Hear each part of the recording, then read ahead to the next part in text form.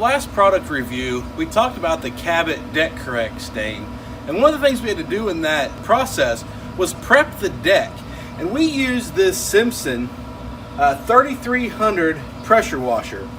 And I wanted to do just a quick product review on this today. So this product comes with a 190cc Honda engine on it. It has the auto throttle, so you don't have a throttle up and down lever like you would on a normal pressure washer. Most new motors, I think, are coming this way. This thing puts out 2.4 GPN, so that's gallons per minute, at 3,300 PSI. So that's important because what this is telling us is how much volume of water at what pressure. So if we could get even higher GPM, so say 2.6 or 2.8 gallons per minute at 3,300 PSI, we're putting out a lot of water at a good, strong PSI. This comes with 4 nozzles. Ours didn't actually have the 15 degree in it. Maybe it was supposed to, but it wasn't in the kit. It comes with a 0 degree, a 25 degree, a 40 degree, and then just a water for like the black nozzle is for spraying chemical. The pump's on the top side of the frame. Some pressure washers, our last pressure washer, the pump was actually underneath. This allows for a little bit easier connection to your hoses, and you can see it's all right there.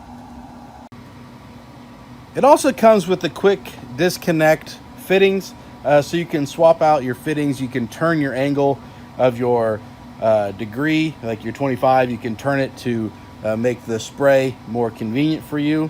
And just a standard pressure washer setup. Other than that, it's very lightweight, easy to pick up and move around if you need to, even though it's on wheels, but loading in the back of a truck, one person could do this on their own without too much struggle. Now, I've found that starting it's not terribly difficult. What we do is step one is we pull the choke out. It actually has a series of steps here. We make sure that we are in the on position, and then we pull. And this is when I actually think there probably could be a little bit better of a setup, because if I just went to pull the start, you'll notice that the compression with the water on the pump, this thing weighs not very much. It says it's light, but I can't get a good pull without really jerking the entire pressure washer around. I also haven't found like a really good place. I normally put my hand here, but a good place to put my hand when starting this.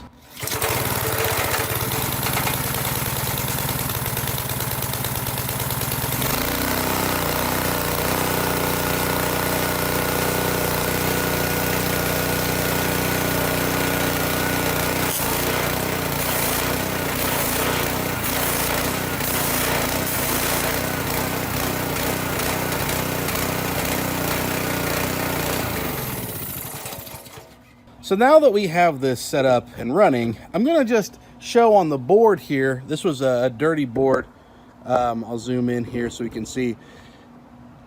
This was a dirty board that was laying out in the yard, and I want to use it kind of for a walk plate down by the pool pump.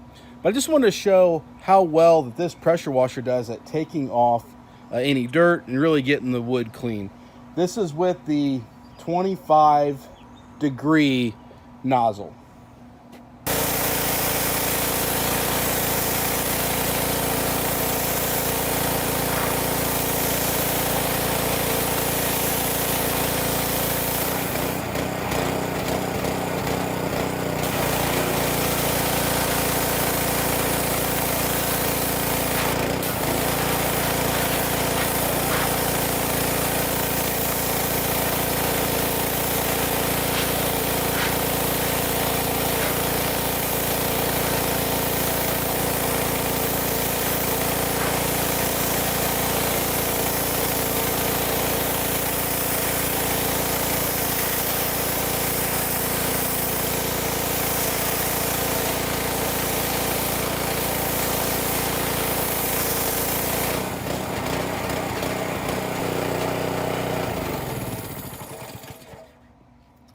And you can see in just real short time how clean we were able to get this board to be.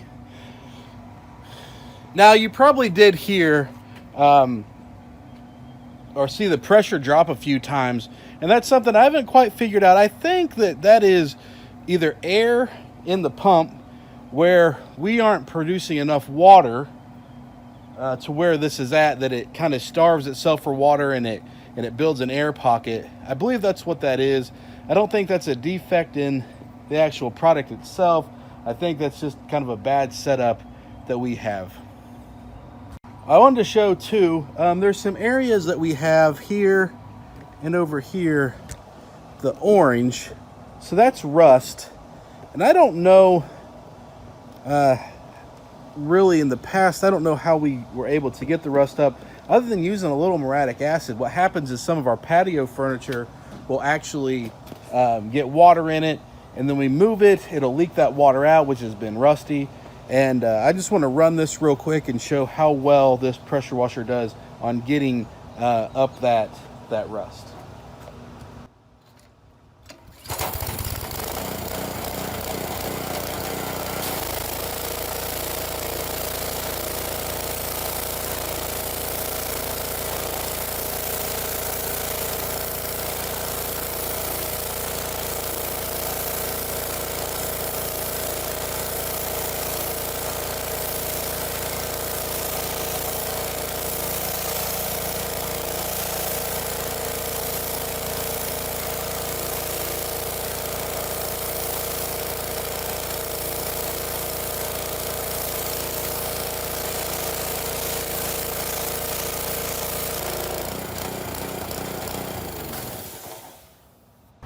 So you can see just in that short amount of time how clean and how kind of effortlessly it was to just pressure off that section.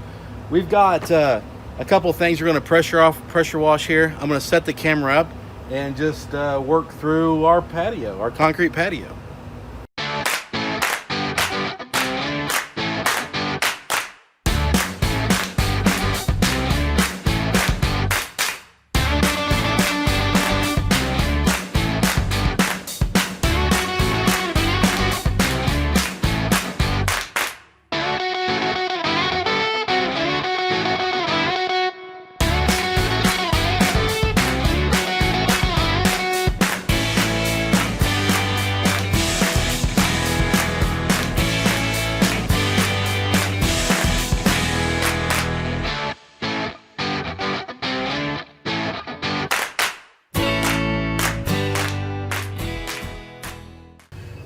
So that did a pretty good job. I mean, our concrete's far from perfect.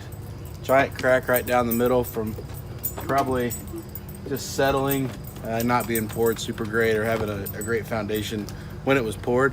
But, you know, it did a really nice job of cleaning everything up. Not a whole lot of time taken to clean everything up.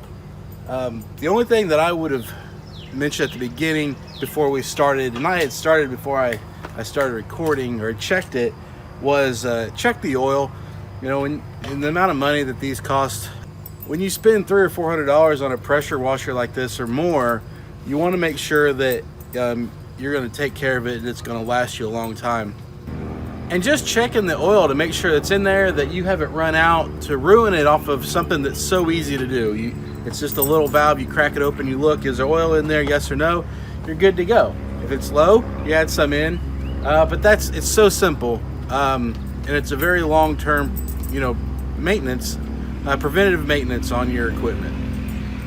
That Honda does a great job powering that pressure washer. I love Honda. I love Honda engines. Small engines are great.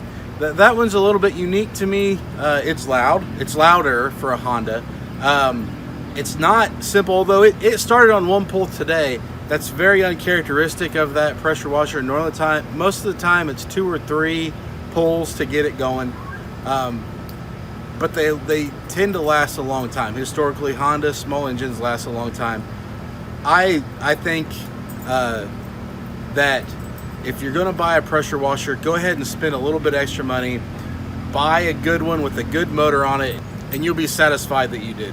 My recommendation on something like this, you know, spend a little bit more up front to have a really good product that's going to last you a long time. And with that, that's my review of the And that's my review of the Simpson 3300 PSI pressure washer. If you have any questions or comments, post below. Let me know what you think. Thanks.